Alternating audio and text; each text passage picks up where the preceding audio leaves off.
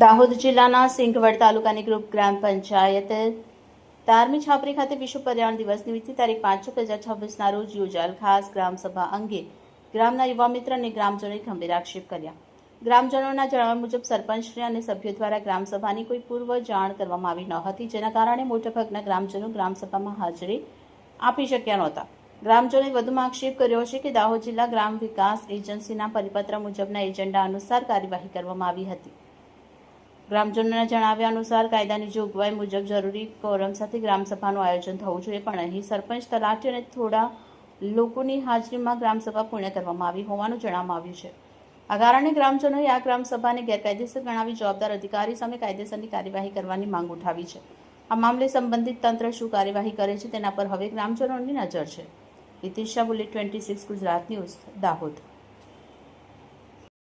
આજે તારમી મુખ્ય પ્રાથમિક શાળા ઉપર તારમી ગામે મુખ્ય પ્રાથમિક શાળા ઉપર જે ગ્રામસભાનું આયોજન કરવામાં આવ્યું હતું, જેમાં ગ્રામજનોને કોઈ પણ પ્રકારની જાણ કર્યા વગર સરપંચ અને તલાટીએ કોઈ પણ ગ્રામજનોને જણાવ્યા વગર ગ્રામસભાના નિયમો અનુસાર ઓછામાં ઓછા જે 50થી વધુ માણસોની સંખ્યા હોવી જોઈએ એની જગ્યા ઉપર 2-5 મળતિયાઓ થઈ અને ગ્રામસભામાં બારોબાર સહી કરી નાખી છે.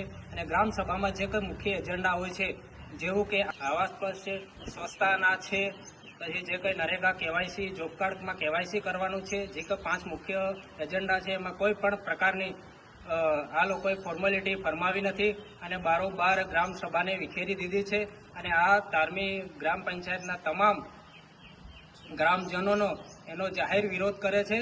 અને હું એક ગરાસિયા જયેશભાઈ, એક જાગૃત નાગરિક તરીકે આનો વિરોધ કરી અને જાહેર કરું છું કે આ તદ્દન આ ગ્રામસભા આવી ન થવી જોઈએ અને ભવિષ્યમાં આવા અમે થવા પણ ના દઈએ. આ એક જાગૃત નાગરિક તરીકે ગ્રામસભામાં મારું મંતવ્ય મૂકું છું.